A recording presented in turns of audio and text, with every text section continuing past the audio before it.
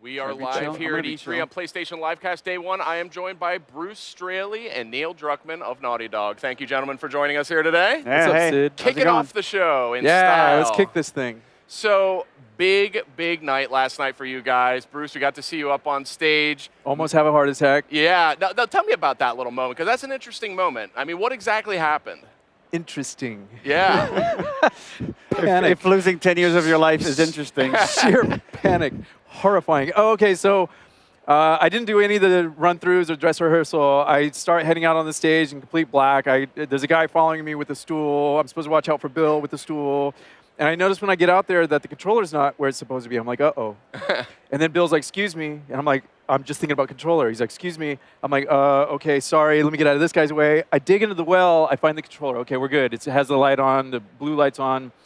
I start the game. The game starts. So I'm like, cool. I sit on my stool. We're about to play. Little cutscene, 15 seconds or so at the beginning of this thing.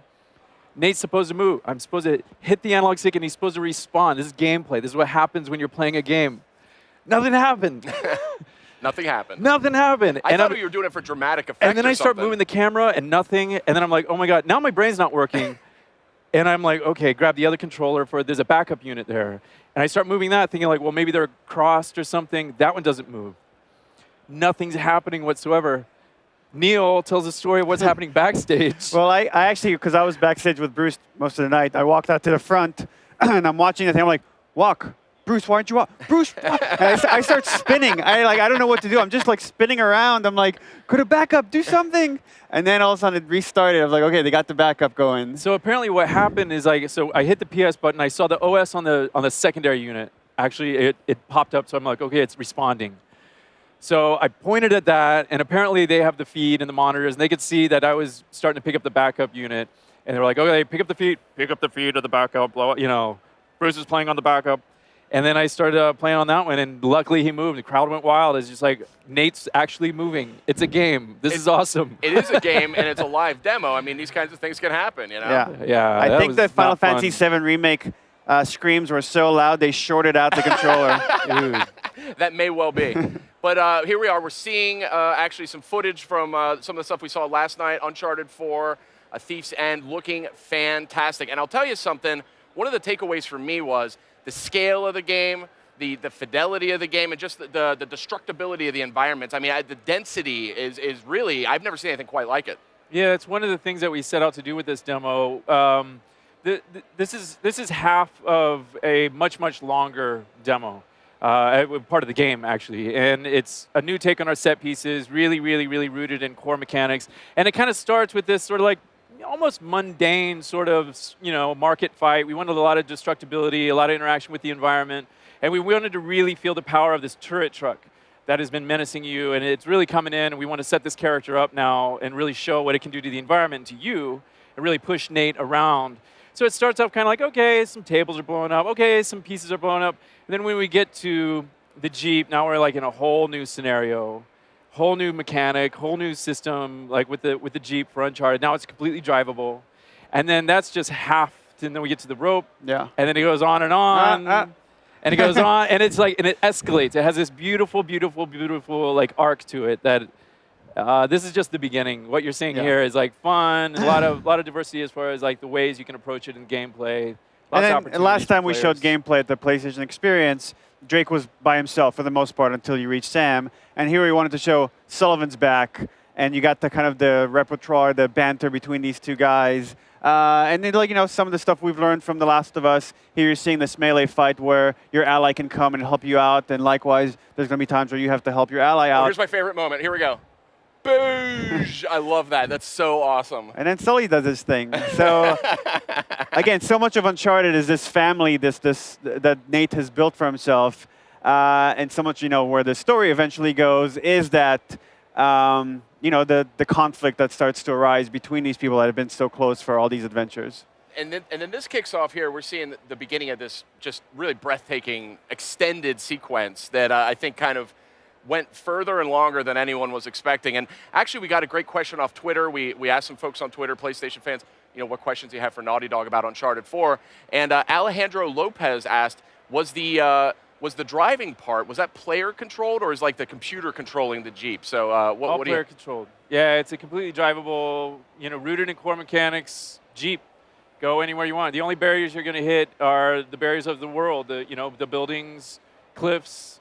If it doesn't like be hit and destroyed by the Jeep, then you're going to hit a wall. Otherwise, like we're trying to allow the Jeep to have as much flexibility as possible. So again, back to the interaction of the environment, we really want to like pop as you're going through the environments. We want to pop these little moments and really make you feel like the tension and having things break and having the environment react to you makes you really feel more present and more like you're there and the Jeep is really having an impact on the adventure. And here you're seeing the Jeep in a set piece, but there's other parts in the game where you're going to explore and you can slow down, you can get in and out of your Jeep. That's awesome.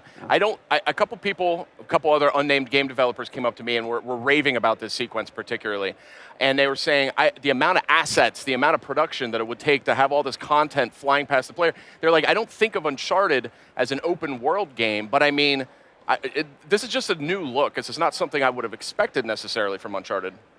Yeah, it's because of the Jeep, you're just moving through the world at such a faster clip, you just have to create more assets. So hats off to all the artists at Naughty Dog, and they created a production pipeline which really allowed them to populate this world and do it in the Uncharted way, which is we're not just populating it with one type of grass throughout. We specifically want to move through looks. We want to get through different environments and make you feel like you're transitioning as this adventure and as this like set piece unfolds. It's a lot of work, and they really pulled it off. They're amazing. The Naughty Dog team always delivers. Always Naughty Dog. Always amazes me, and I work with them every day. Yeah. Here's another question we got from Twitter from Mike P. Is Sully getting old, or are just the PS4 graphics that powerful? So that's something I noticed too. The character details really intense in this game. Aren't we all getting old? I don't know what you're talking about.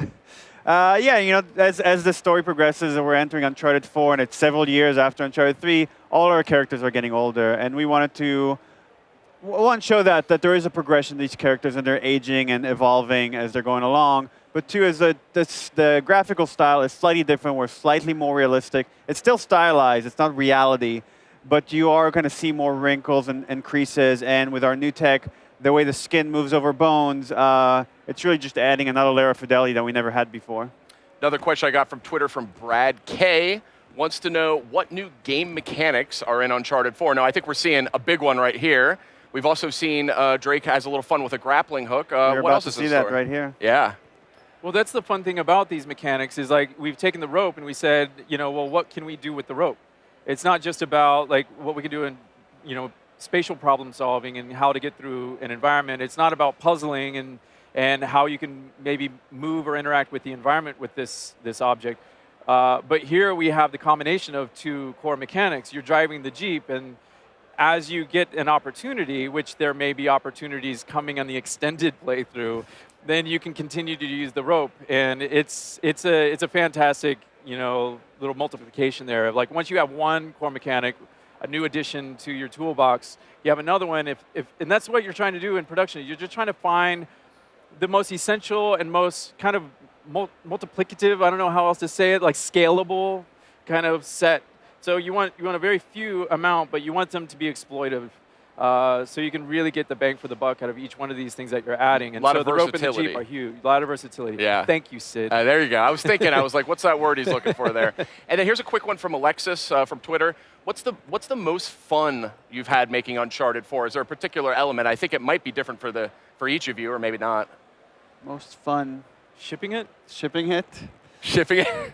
I don't know. Seeing, so like we work on this demo for months, trying to like first pick which part of the game do we want to show off, and then it's so rough initially, and it's like, how's this thing ever going to come together in time to show it to the public? Because the game's not done, and it's asking a lot for the team to like, okay, let's focus on this moment, let's really polish it as if it's shipping, and seeing it this last few weeks really come together, and hearing music come in, and the dialogue come in, and all the mechanics and everything, and just start playing it, and it's getting more and more fun, and then bringing people on the team that haven't seen the demo and like seeing them in the theater, and seeing them excited about the game, that to me that's the most satisfying part.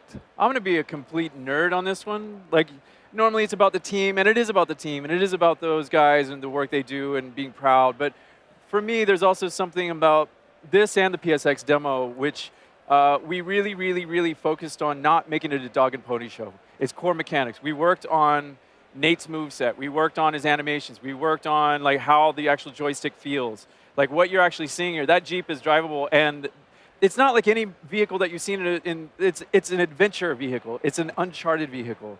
It can go over mud, it can go through and slip and slide, it can go over boulders, it can go over all crazy angles, it can take jumps, right? It's gonna do all these, it's very, here we go, versatile, thank you, Sid.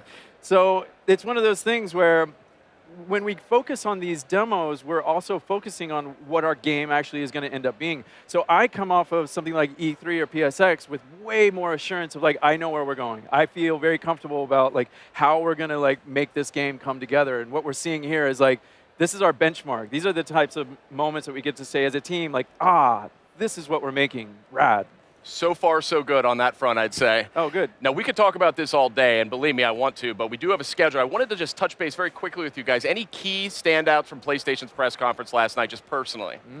Oh, well, they finally showed our most anticipated game, Last Guardian. Yeah. And it was just a snippet, and I heard they have a longer demo here on the show floor. Yeah, so I want to see the longer demo for sure. Can't wait to see that. And that's an excellent segue, because up next, we're actually going to take another look at Last Guardian. We're going to get an on-the-floor report about what some of that new content is. So, cool. Bruce and Neil, thank you so much for joining us. PlayStation